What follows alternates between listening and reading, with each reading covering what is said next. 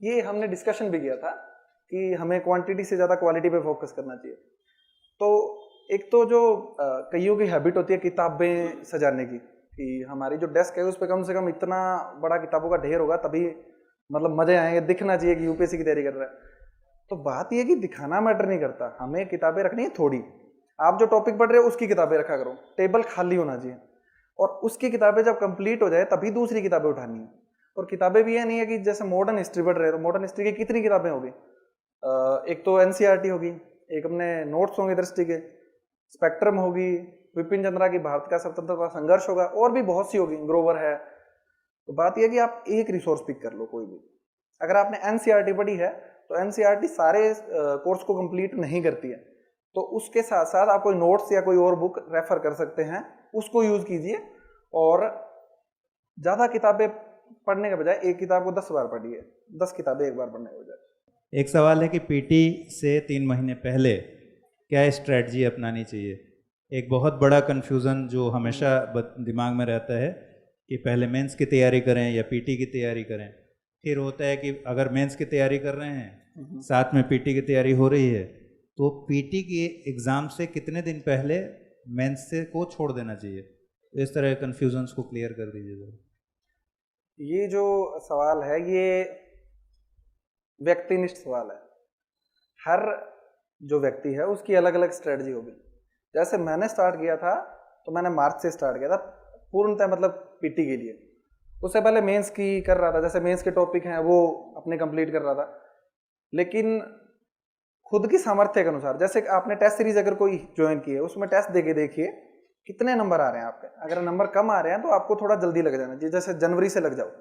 अगर मार्क्स अच्छे आ रहे हैं तो मार्च से भी कर सकते हैं, क्योंकि मेंस और पीटी का सेम ही है, काफी चीजें सेम ही है। और अभी तो पीटी में भी संकल्पना बेस्ड क्वेश्चन पूछ रहे हैं, आपका ओपिनियन मैटर करेगा कि आपके जीवन साथी का चयन है वो अनुच्छेद 19 है या 21 है। तो अब लोगों को लगे व्यक्ति की स्वतंत्रता है और जीवन जीने की भी स्वतंत्रता है, तो वो डिपेंड करेगा कि आपका ओपिनियन क्या है।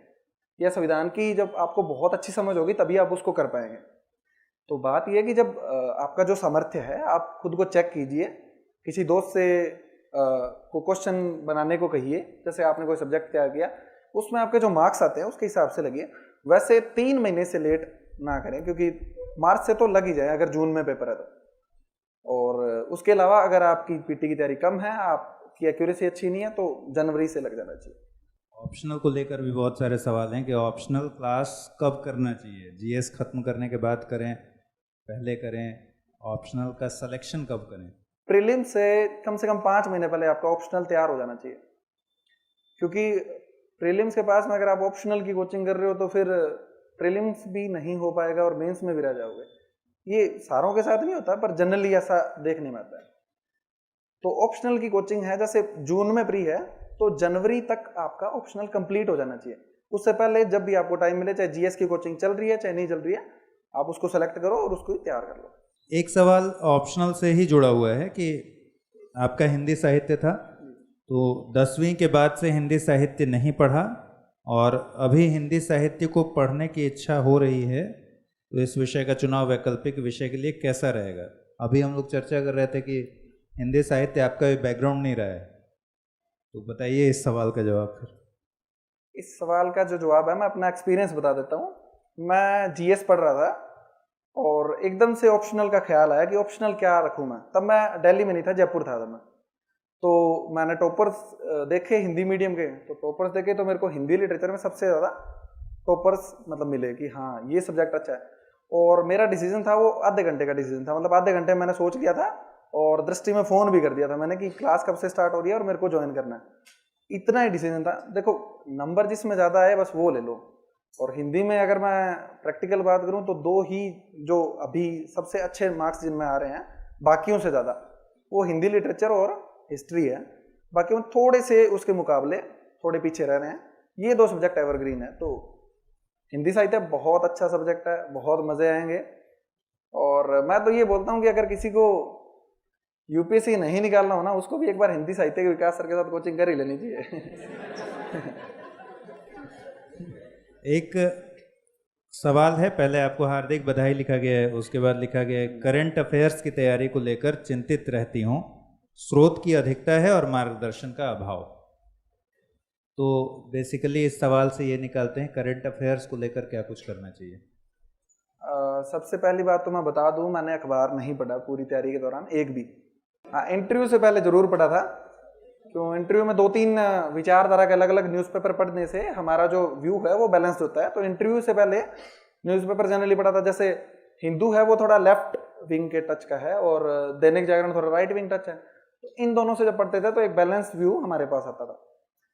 अखबार अगर आप नहीं पढ़ेंगे, मैं ये नहीं कह रहा अखबार पढ़ना नहीं चाहिए, मैंने नहीं पढ़ा।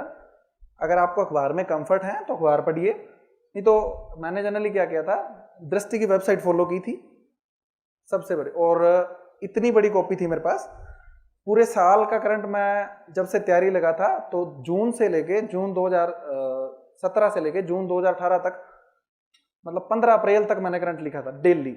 और उसमें शायद ही मेरे को याद हो कि कोई दिन मैंने मिस किया था, संडे को नहीं आता था तब, तो संडे का स्किप करके बाकी मैं रेगुलर लिखता था उसमें। और उसमें मैंने पोर्शन बना लिए थे, जैसे पॉलिटी का एक पोर्शन था, कॉपी को 4 खंडों में बांट लिया था। पॉलिटी का था, इकोनॉमिक्स का था, आईआर का था, इस हिसाब से। ऐसा भी नहीं है कि सारी चीजें लिखता था, क्योंकि बहुत सारा आता है। जो मेरे को लगता था कि ये मेरे काम की है या मुझे याद नहीं हो पाएगा या ये इंपॉर्टेंट है, उसको बुलेट पॉइंट्स में, उसका भी सारा नहीं उतारता था, वो लिख लेता था और एक मैगजीन पढ़ लेता था मंथली। ये मेरा शेड्यूल था। तो अखबार पढ़ रहे हो तो अखबार पढ़ लो, नहीं तो ऑनलाइन रिसोर्स, ऐसा है ना, द हिंदू के जो एडिटोरियल किसी को दिक्कत हो रही है तो आपको रेडीमेड मिल रहे हैं, तो मुझे नहीं लगता कि आपको खाना बनाना चाहिए, मतलब तो बना बनाया मिल रहा है तो। एक सवाल और है कि करंट अफेयर्स कितने पीछे तक पढ़ना चाहिए, आपने क्या किया था? लगभग 1 साल और 1-2 महीने का पढ़ा था। वैसे बोलते हैं कि 2 साल का पढ़ना चाहिए, पर मेरे पास इतना टाइम नहीं था। मैं अगर पढ़ता भी तो शायद 1.5 साल से ऊपर नहीं पढ़ता, क्योंकि यूपीएससी की टेंडेंसी अब इस बार ये हो रही है कि 3-3, 4-4 साल पुराने भी करंट अफेयर्स आ रहे हैं, तो इतना तो शायद ही कोई पढ़ पाएगा। और तो इससे बेटर है कि आप 1-1.5 साल का तैयार कर लीजिए, जो आपकी सामर्थ्य है 1.5 साल का कर सकते हैं। उससे पीछे का तैयार करने का मुझे कॉस्ट बेनिफिट लगता नहीं है इतना।